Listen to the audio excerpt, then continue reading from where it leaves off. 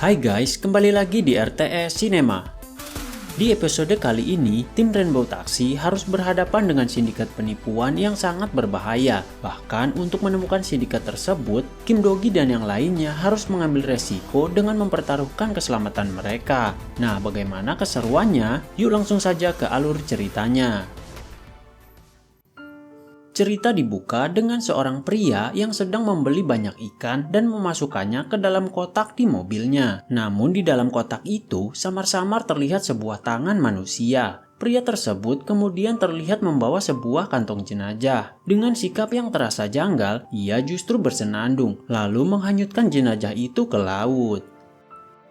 Kita beralih ke Kyunggo. Saat itu ia sedang berimajinasi menjadi Kim Dogi. Dalam pikirannya, menjadi Dogi pasti terasa sangat keren.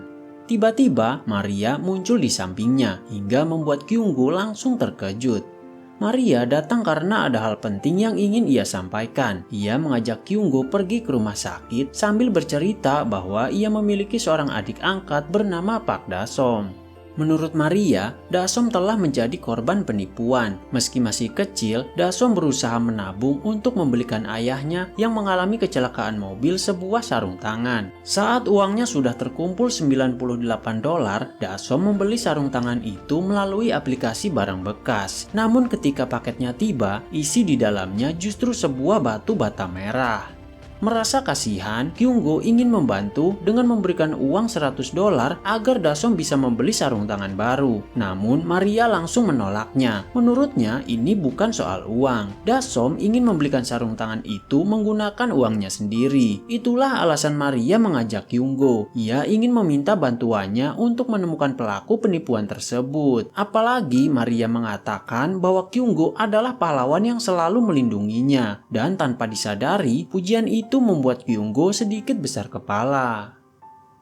Saat kembali ke markas, Kyunggo melihat semua anggota lainnya sedang sibuk dengan urusan masing-masing. Karena itu, merasa dirinya cukup mampu dan menganggap kasus ini tidak terlalu berat, Kyunggo pun memutuskan untuk bertindak sendiri.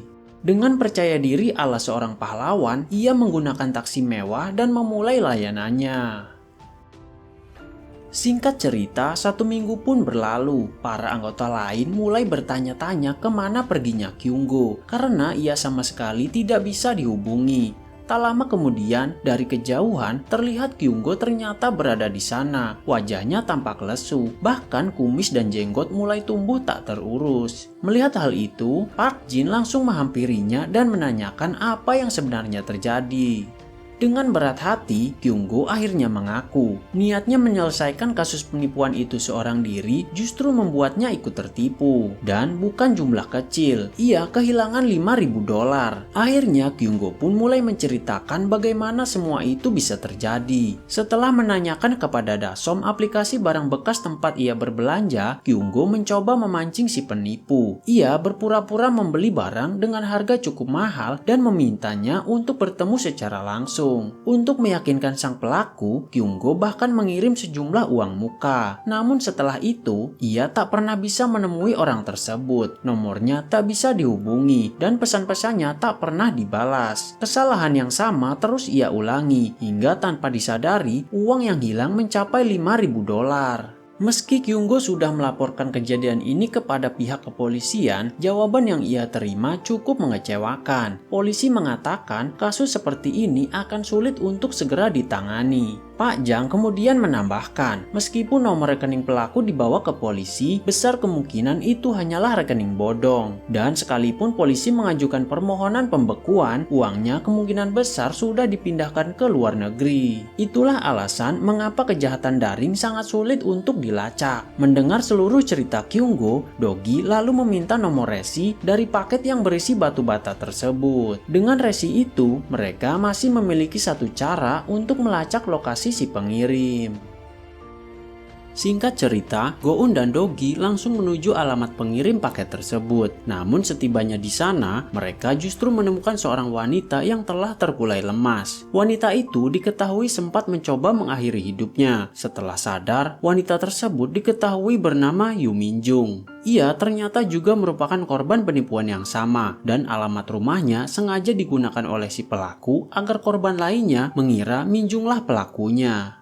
Melihat kondisinya, Dogi pun meminta Minjung untuk menceritakan apa yang sebenarnya telah terjadi. Semuanya bermula saat Minjung tengah hamil besar. Ia memutuskan untuk berhenti bekerja dan hanya mengandalkan penghasilan dari suaminya. Minjung tak menyangka harga peralatan bayi ternyata sangat mahal. Untuk menghemat pengeluaran, ia membuka aplikasi barang bekas dan menemukan seseorang yang menjual perlengkapan bayi karena katanya salah membeli. Merasa itu kesempatan, Minjung pun langsung mengirim uang untuk membelinya. Beberapa hari kemudian, paket yang ditunggu pun tiba. Namun saat dibuka, isinya bukanlah peralatan bayi, melainkan sebuah batu bata dan selembar foto ikan.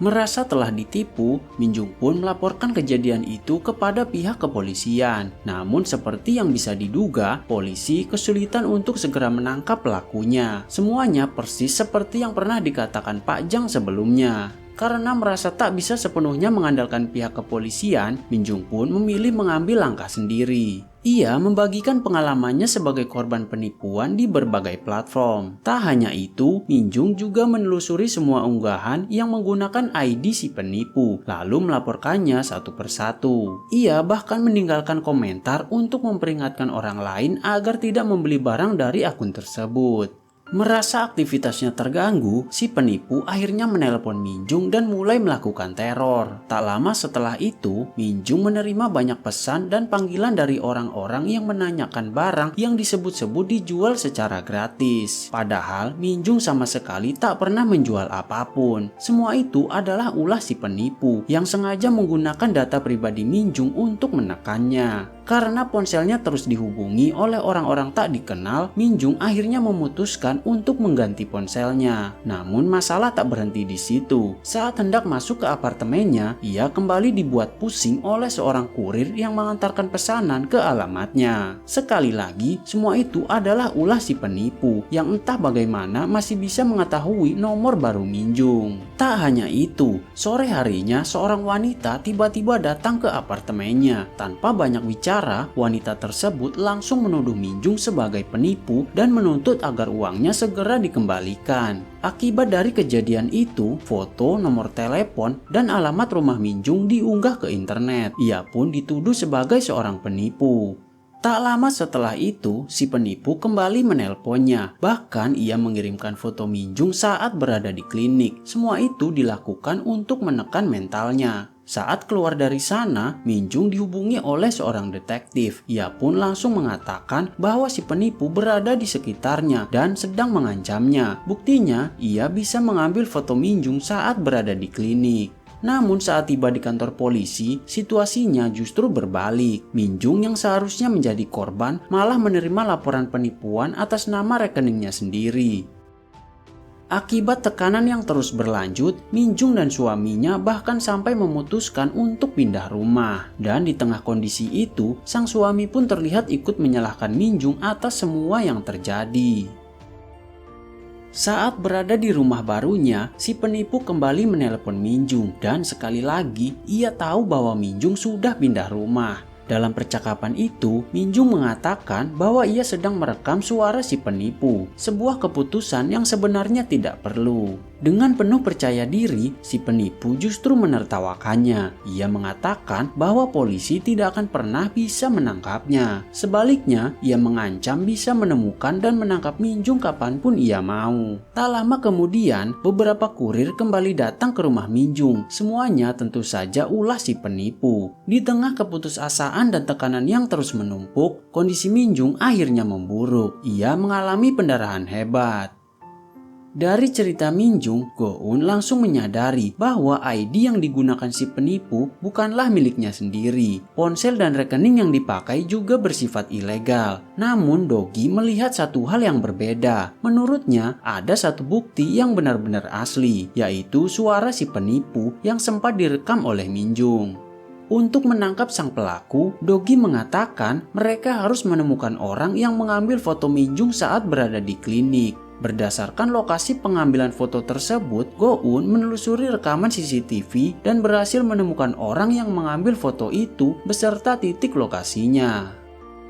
Singkat cerita, Dogi tiba di lokasi yang dimaksud. Tempat itu ternyata sebuah agen detektif swasta. Dogi masuk ke dalam dan langsung meminta bos di tempat itu untuk menyerahkan data klien yang menyewa jasa mereka. Awalnya bos tersebut bersikap meremehkan. Ia merasa unggul karena jumlah mereka lebih banyak. Namun semuanya berubah saat Dogi mengenakan sarung tangannya. Barulah mereka menyadari siapa yang sedang mereka hadapi. Setelah dihajar oleh Dogi, tak ada lagi yang berani bicara banyak. Mereka pun terpaksa menyerahkan data klien yang telah menyewa jasa mereka.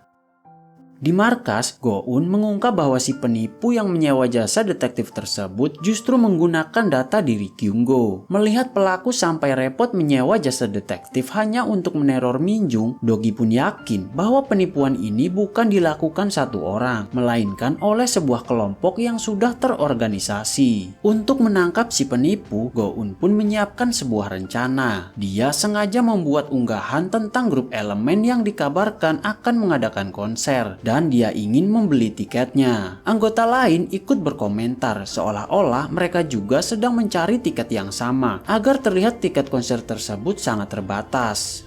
Unggahan itu kemudian dibuat muncul paling atas dengan tujuan menarik perhatian para penipu. Dan rencana itu pun berhasil. Seseorang dengan nama Raja Pancing menghubungi Dogi, mengaku memiliki tiket konser tersebut. Atas arahan Go-eun, Dogi membalas pesan itu dan menanyakan berapa tiket yang bisa ia beli, serta meminta bukti fisik tiketnya. Disinilah inti rencana Go-eun. Untuk membuktikan tiketnya asli, si penipu mau tidak mau harus membeli tiket melalui situs khusus yang sudah disiapkan Go-eun. Padahal kenyataannya grup elemen tidak mengadakan konser. Artinya orang yang membeli tiket di situs itu hanya satu orang, yaitu si penipu sendiri. Setelah itu Dogi meminta tiket dikirim ke sebuah alamat, dan saat si penipu membuka alamat tersebut, Go-eun langsung berhasil melacak lokasi keberadaannya. Keesokan harinya, Dogi mulai memantau pergerakan si pelaku yang terlihat sedang makan siang. Dogi lalu menghubunginya dan mengatakan ingin bertransaksi secara langsung karena ia membawa uang tunai. Saat panggilan tersambung, Dogi langsung menyadari jika suara orang itu berbeda dengan suara yang menipu Minjung. Si penipu beralasan ia sedang berada di kantor pos untuk menghindari pertemuan langsung. Namun karena Dogi mengatakan bahwa dirinya juga berada cukup jauh dari lokasi, si penipu pun akhirnya pergi menemui anggota lainnya. Setelah memasuki gedung, Dogi pun mulai melakukan penyamarannya. Di dalam, si penipu terlihat menemui salah satu rekannya. Tak lama kemudian, seorang wanita mengambil alih situasi dan menghubungi Dogi. Wanita itu mengatakan bahwa si penipu adalah kakaknya dan dia tidak bisa menemui Dogi karena baru saja mengalami kecelakaan. Karena rencana pertama gagal, Dogi pun menjalankan rencana keduanya. Si penipu berhasil ditangkap, lalu diancam agar mengatakan semua yang dia ketahui. Dalam keadaan ketakutan, akhirnya dia mengaku jika suara di telepon itu adalah suara kepala manajer mereka. Namun selama ini, mereka hanya berkomunikasi lewat telepon dan tidak pernah bertemu langsung. Itulah sebabnya dia tidak tahu wajah maupun keberadaan orang tersebut. Kemudian kita beralih ke seorang pria yang sedang mencari mangsa untuk ditipu. Dia pun mencoba mencari unggahan yang menurutnya bisa dijadikan uang. Akhirnya dia menemukan unggahan seseorang yang baru saja menemukan seekor anjing. Melihat itu, dia kemudian mengirim pesan ke orang yang menemukan anjing tersebut dan mengaku jika dia adalah pemiliknya dan akan segera menuju ke lokasi. Setelah mendapatkan anjing tersebut, dia terlihat pergi ke sebuah rumah dan tidak lama dia dihubungi oleh pemilik asli dari anjing tersebut. Tapi dia langsung menutup panggilan itu dan mengatakan jika anjing itu sekarang adalah miliknya. Kyung-go terus mengancam si penipu agar menyampaikan kepada kepala manajer bahwa dirinya akan berhenti bekerja. Dengan begitu, kepala manajer pun akan membuka lowongan pekerjaan lagi. Dan saat lowongan itu benar-benar dibuka, kali ini giliran Go-eun yang bergerak. Dia melakukan penyamaran untuk menjebak sang kepala manajer. Setelah menghubungi si kepala manajer, Go-un diminta mengirimkan foto selfie-nya. Merasa Go-un cukup menarik, kepala manajer pun mengajaknya melakukan wawancara sebelum resmi diterima bekerja. Namun wawancara itu hanya dilakukan lewat telepon. Si kepala manajer tetap menolak memperlihatkan wajahnya dan tidak ingin identitasnya diketahui. Setelah itu, Go-un diberikan alamat tempat si penipu kemarin bertemu dengan anggotanya. Dan benar saja, di sana sudah ada beberapa orang yang bekerja untuk si kepala manajer. Tak lama kemudian, Go-un menerima sebuah paket kiriman dari kepala manajer. Isinya panduan cara kerja lengkap dengan dokumen dan program yang sudah terpasang di sebuah laptop. Saat Go-un membuka laptop tersebut, kepala manajer ternyata bisa memantau semua gerak-geriknya melalui kamera depan. Sambil mengawasi, kepala manajer terus menjelaskan langkah-langkah penipuan agar calon korban kesulitan melacak mereka. Setelah memastikan semua isi paket itu, Go-un izin pergi ke kamar mandi. Di sanalah dia langsung menghubungi Dogi dan memberitahu bahwa aksinya akan segera dimulai.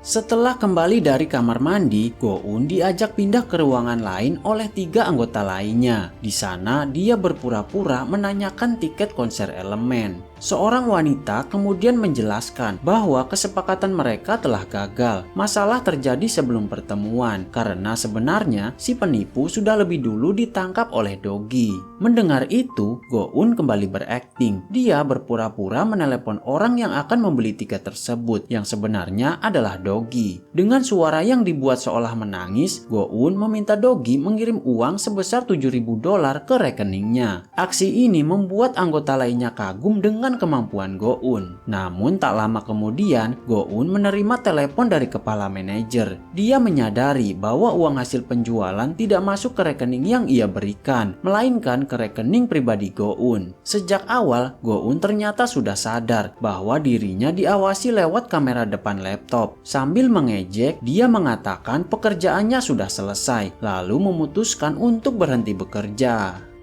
Tak lama kemudian, semua laptop mereka tiba-tiba terkena virus yang sudah dipasang oleh Go-un. Hal itu langsung membuat mereka panik. Kepala manajer kembali menelepon Go-un. Nada bicaranya terdengar marah karena uang yang dijanjikan belum juga dikirim ke rekening yang sudah disediakan. Dengan tenang, Go-un menjawab bahwa dialah yang berhasil menipu korbannya, dan jika begitu, uang tersebut sah menjadi miliknya. Mendengar jawaban itu, kepala manajer pun semakin geram. Singkat cerita, si kepala manajer mulai meneror Go-un dengan menyalahgunakan data pribadinya. Ia memesan banyak makanan dan mengirimkannya ke alamat Go-un. Namun bukannya takut, Go-un dan tim justru menikmati teror tersebut. Mereka makan bersama dengan orang-orang yang ada di sana. Bahkan Go-un sengaja menantang agar si kepala manajer mengirim lebih banyak lagi. Rencana mereka pun berjalan lancar karena semakin kesal dengan ulah Go-un, akhirnya si kepala manajer kembali menghubungi jasa detektif swasta untuk mengambil foto dan data. Tanpa ia sadari, Kyunggo sudah menunggu panggilan itu. Dengan emosi, si kepala manajer berniat menyebarkan data dan foto Go-un dan menuduhnya sebagai penipu. Tak lama kemudian, si kepala manajer kembali dihubungi oleh Go-un. Kali ini menggunakan nomor yang berbeda. Go-un sebenarnya sudah tahu apa yang sedang dilakukan oleh si kepala manajer. Ia sengaja terus memancing emosinya dan menantangnya untuk bertemu langsung jika memang merasa sangat kesal. Tanpa berpikir panjang, umpan dari Go-un pun dimakan. Si kepala manajer yang sudah terlanjur emosi meminta lokasi Go-un kepada Kyunggo dan langsung menuju ke sana. Padahal tanpa ia sadari, langkah itu justru membawanya masuk ke dalam jebakan yang sudah disiapkan. Setelah bertemu dengan Go-un, si kepala manajer yang sudah diliputi amarah langsung menyerangnya. Namun dengan mudah, Go-un berhasil mengalahkannya. Menyadari dirinya bukan tandingan, si kepala manajer pun kabur dari lokasi. Sementara Dogi diam-diam membuntutinya. Karena wajahnya terlanjur dilihat oleh Go-un, ia panik dan segera menghubungi organisasi yang berada di atasnya untuk meminta bantuan menyelesaikan masalah ini. Disinilah terungkap bahwa si kepala manajer sebenarnya bukanlah otak dari seluruh penipuan tersebut. Pihak organisasi hanya mengatakan akan mengirim sebuah paket ke rumahnya untuk membereskan masalah. Dari luar, Dogi yang sejak tadi mengawasi segera mencoba masuk ke dalam rumah. Saat si kepala manajer mengira paket itu telah tiba, yang muncul justru Dogi. Satu serangan cepat membuatnya langsung tak sadarkan diri. Di dalam rumah itu, Dogi menemukan banyak barang yang seharusnya menjadi milik para korban. Di sana pula, ia melihat sarung tangan yang seharusnya dibeli oleh Dasom. Karena jumlah barangnya terlalu banyak, Dogi pun meminta bantuan Kyunggo dan Park Jin untuk mengangkut semuanya. Setelah sadar, si kepala manajer justru mencoba membujuk Dogi. Ia mengajak Dogi bergabung dengan organisasinya. Menurutnya, daripada menangkapnya, Dogi bisa menghasilkan uang dalam jumlah besar dalam waktu singkat. Ia hanya perlu sedikit modal, dan seluruh sistem penipuan terorganisir akan langsung berada di tangannya. Bahkan, si kepala manajer berjanji akan memperkenalkan Dogi dengan atasannya. Tak lama kemudian, paket yang dikirimkan oleh pihak organisasi akhirnya tiba. Si kepala manajer meminta izin kepada Dogi untuk mengambilnya. Katanya, setelah melihat isi paket itu, Dogi pasti akan mengerti maksudnya. Namun saat paket tersebut dibuka, sebuah kejadian mengerikan langsung terjadi. Isi paket itu ternyata adalah sebuah bom. Pihak organisasi memilih menghabisinya karena ia dianggap gagal menjalankan sistem. Ledakan itu memastikan si kepala manajer tewas, sementara Dogi beruntung masih selamat, meski hanya mengalami luka ringan. Di luar lokasi, Dogi sempat melihat sebuah truk ikan meninggalkan tempat kejadian, dan dari situlah terungkap bahwa pengirim paket tersebut adalah pria misterius yang muncul di awal film. Kembali ke markas, Dogi mengatakan masih ada hal yang harus mereka selidiki. Go-eun juga menambahkan ada sesuatu yang terasa janggal. Bagaimana mungkin seorang berusia 23 tahun yang baru menyelesaikan wajib militer bisa membangun organisasi kriminal dengan sistem yang begitu rapi dan canggih. Dogi pun menduga di balik semua ini ada sekelompok orang yang menjadi otak sesungguhnya. Merekalah yang menyiapkan sistem, peralatan, dan jaringan bagi para pelaku seperti si kepala manajer. Dan ketika seorang pelaku dianggap gagal, organisasi ini tidak ragu untuk langsung menghabisinya. Setelah melacak plat nomor truk ikan yang sempat dilihat oleh Dogi, Go-eun pun menemukan bahwa truk tersebut terdaftar di sebuah restoran Boga Bahari yang berada di Pulau Samhyung. Tidak hanya itu, Go-eun juga menemukan sebuah catatan nomor lentera teratai yang digantung di sebuah kuil. Dan yang terasa janggal, kuil yang mengeluarkan dana besar untuk lentera-lentera tersebut juga berada di Pulau Samhyung. Untuk menggali informasi lebih jauh, Dogi mengajak Pak Jang pergi ke pulau itu dengan alasan berpura-pura memancing. Singkat cerita, mereka akhirnya tiba di Pulau Samhyung dan langsung mencari penginapan. Namun wanita penjaga penginapan menyambut mereka dengan sikap dingin dan terlihat tidak ramah pada tamu. Dari sana, mereka melanjutkan perjalanan menuju kuil yang mereka curigai. Setelah menempuh jalan yang cukup terjal, Pak Jang mulai merasa ada yang janggal. Rasanya tidak masuk akal jika seseorang datang sejauh ini hanya untuk menggantung satu lentera. Saat memasuki area kuil, mereka tidak menemukan satupun biksu di sana. Dan ketika sampai di tempat penggantungan lentera, Dogi menyadari bahwa kertas-kertas pada lentera itu lebih mirip catatan akuntansi. Namun tiba-tiba, seorang polisi muncul dan meminta mereka segera pergi. Yang membuat Dogi semakin curiga, polisi itu bahkan sudah tahu bahwa tujuan mereka ke pulau ini adalah untuk memancing. Padahal ini adalah pertemuan pertama mereka. Saat mereka hendak meninggalkan tempat itu, seorang pria yang mengaku sebagai fotografer tiba-tiba sudah berada di dalam taksi mereka. Ia meminta izin untuk ikut menumpang hingga ke bawah. Namun sebelum turun dari taksi, pria itu kembali membuat Dogi curiga. Ia mengetahui bahwa tujuan mereka datang ke pulau tersebut adalah untuk memancing. Padahal ini adalah pertemuan pertama mereka. Malam harinya, saat mereka hendak beristirahat di penginapan, mereka dikejutkan oleh jejak noda darah yang mengarah ke pondok mereka. Ketika mereka masuk ke dalam, ternyata si pria misterius di awal film sudah menunggu mereka sambil membawa seember ikan dan beralasan ingin membeli ikan dari Dogi. Anehnya, pria ini juga tahu alasan Dogi datang ke pulau ini adalah untuk memancing.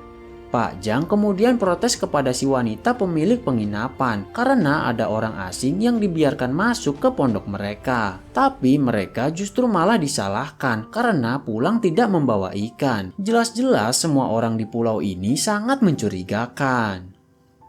Keesokan harinya, mereka kembali melanjutkan penyelidikan. Dari markas, Go-eun berhasil mendapatkan informasi baru tentang si kepala manajer. Diketahui nama aslinya adalah Kim Woo-jong. Go-eun juga menemukan bahwa Woo-jong pernah masuk penjara untuk menemui seorang tahanan bernama Lee Gi-hyun. Lee Gi-hyun adalah pemimpin kasus penipuan perkebunan mangga di Kamboja dan saat ini masih menjalani hukuman. Dari situ, mereka menduga bahwa Gi-hyunlah yang membantu Woo-jong menjalankan operasi kriminalnya dengan sistem yang begitu profesional. Tak lama kemudian, Pak Jang melihat truk ikan dan pria yang mengaku fotografer bersiap meninggalkan pulau menuju daratan. Tak jauh dari sana, mobil polisi juga terlihat mengikuti. Melihat situasi itu, mereka pun kemudian membagi tugas. Pak Jang berpura-pura melanjutkan memancing, sementara Dogi akan kembali ke kuil untuk melakukan pemeriksaan lebih lanjut. Tanpa disadari Dogi, ternyata ada seseorang yang terus mengawasi setiap gerak-geriknya. Dan saat memasuki salah satu ruangan, Dogi menemukan banyak KTP dan paspor milik orang lain. Tak sengaja, ia juga mengaktifkan monitor CCTV yang menampilkan seluruh sudut Pulau Samhyung. Di ruangan itu juga, Dogi menemukan sebuah foto dan sebuah pena dengan tulisan lembaga resmi pemerintahan. Sementara itu, kita beralih ke Kyunggo. Setelah menemukan sarung tangan milik Dasom, ia segera mengembalikannya. Melihat sarung tangan yang dibelinya akhirnya kembali, Dasom mengucapkan terima kasih kepada Kyunggo, lalu langsung memberikan sarung tangan itu kepada ayahnya. Menyaksikan momen tersebut, Kyunggo pun tak kuasa menahan air mata. Dan sampai di sini dulu alur cerita Taxi Driver kali ini. Nantikan kelanjutannya hanya di RTS Cinema.